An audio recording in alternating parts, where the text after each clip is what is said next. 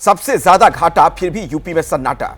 जी हां, लोकसभा चुनाव में अगर बीजेपी यूपी में बेहतर प्रदर्शन कर लेती, उसे सहयोगी दलों के भरोसे नहीं रहना पड़ता।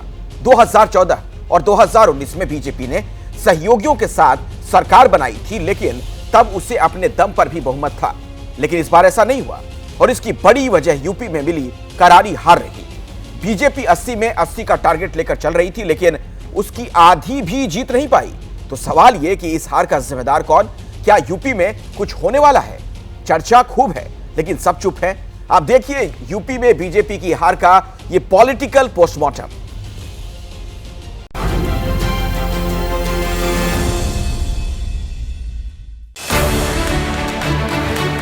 मैं नरेंद्र दामोदर दास मोदी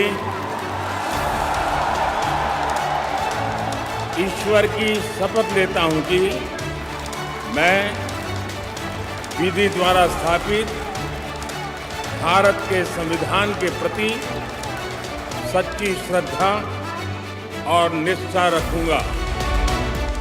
मोदी तीसरी बार प्रधानमंत्री पद की शपथ ले चुके हैं।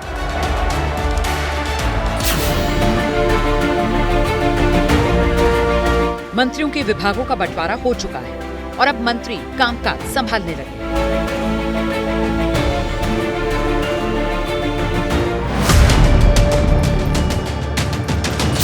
लेकिन सबकी नजर यूपी पर है।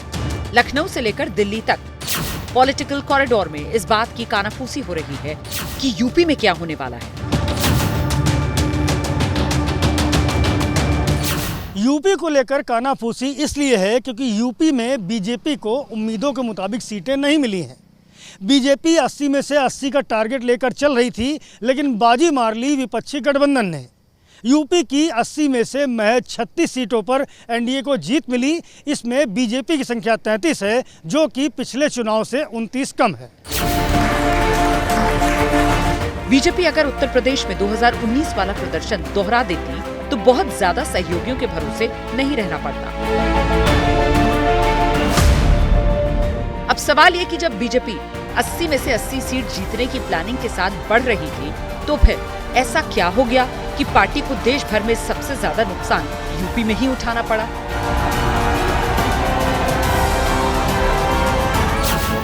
सड़क से लेकर सोशल मीडिया तक तरह तरह की चर्चा है, लेकिन यूपी बीजेपी के भीतर फिलहाल सन्नाटा है।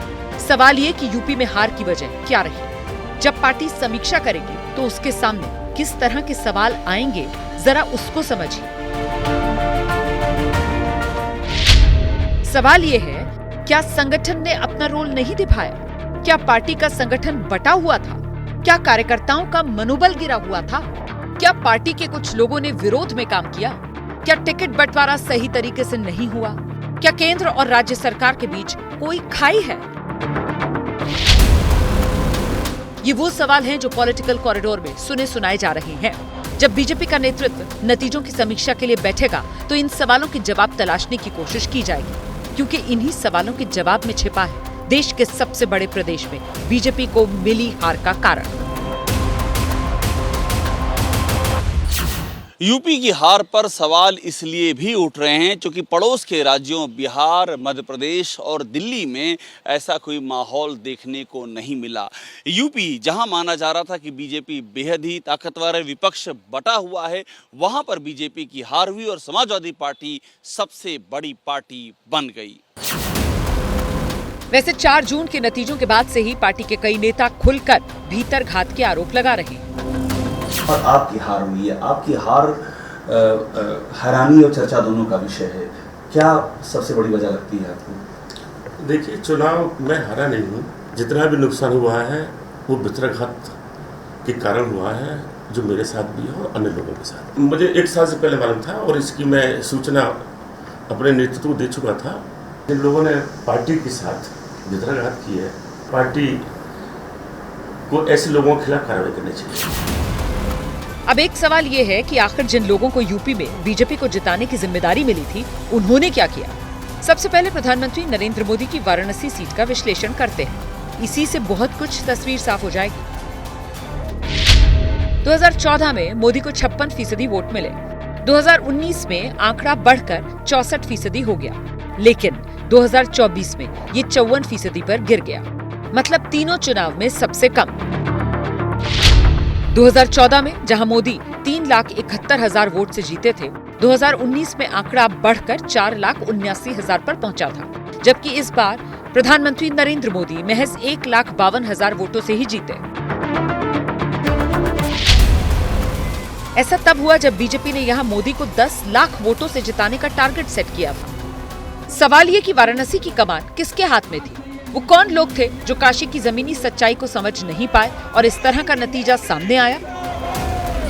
पूर्वांचल में भारतीय जनता पार्टी को बड़ा नुकसान हुआ है, जबकि इस इलाके के जातीय समीकरण को साधने के लिए बीजेपी ने ओम प्रकाश राजभर, अनुप्रिया पटेल और संजय निषाद की पार्टी से गठबंधन किया था। ये अपनी अपनी जाति के छत्रप माने जाते हैं। बावजूद इसके न सिर्फ पूर्वांचल में बल्कि वाराणसी में भी इसका फायदा बीजेपी को नहीं मिला। वाराणसी में विधानसभा की 5 सीट है, जिनमें से 3 सीट शहरी है। बाकी की 2 सीट है सेवापुरी और रोहनिया। रोहनिया में 26,000 की लीड मोदी को मिली, जबकि सेवापुरी में मोदी को 22,000 की लीड मिली। वहीं शहर की दक्षिणी सीट से सबसे कम 16,000 की लीड रही, जबकि सेवापुरी विधानसभा क्षेत्र में विकास की गंगा बह रही है। बावजूद इसके यहाँ के स्थानीय बीजेपी विधायक के गांव के कुछ बूथों पर कांग्रेस को बीजेपी से ज्यादा वोट मिले। सेवापुरी और रोहनिया विधानसभा क्षेत्र में भूमिहार और पटेल वोट अच्छी संख्या में हैं। बीजेपी के कार्यकर्ता यहां पर घर घर जाने का दावा कर रहे थे, मगर नतीजा कुछ और ही दिखाई पड़ा। यहां पर भूमिहार और पटेल वोट बीजेपी से छिटके और प्रधानमंत्री की जो जीत का फासला है यहां पर खासा कम रहा। सहयोगी दल के नेता ये कह रहे हैं कि अति आत्मविश्वास ले डूबा। सवाल ये कि अति आत्मविश्वास में था कौन?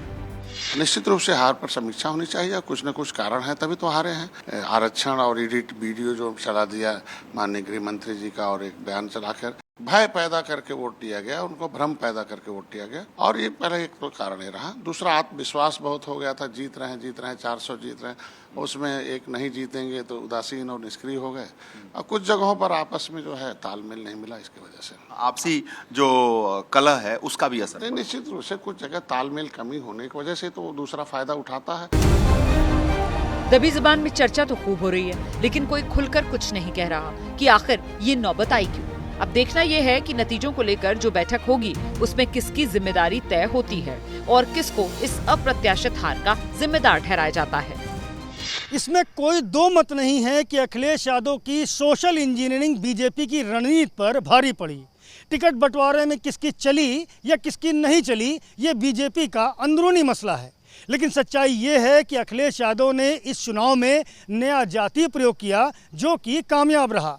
सवाल ये है कि बीजेपी इस सामाजिक समीकरण को जानबूझकर हल्के में लेती रही या फिर समझने में भूल कर गई।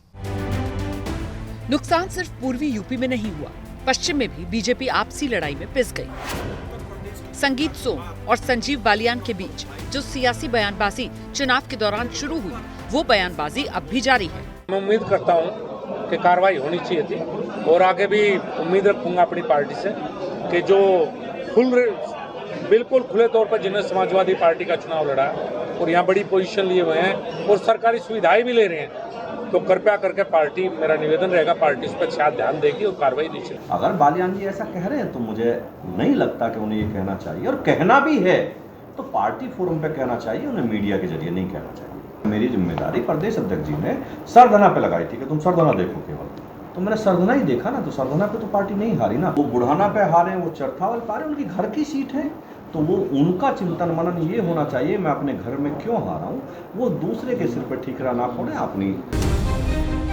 केंद्रीय मंत्री रहे संजीव बालियान मुजफ्फरनगर सीट से हार गए, और इसके जिम्मेदारों में एक नाम संगीत सोम का भी सामने आया, जबकि ये दोनों नेता पश्चिमी उत्तर प्रदेश में हिंदुत्व के सबसे बड़े चेहरे बनकर 2014 में उभरे थे। आपसी लड़ाई का तो ये महज एक उदाहरण है जो सामने आ गया। ऐसे कई नेता हैं जो नुकसान के लिए आरोपों के घेरे में हैं।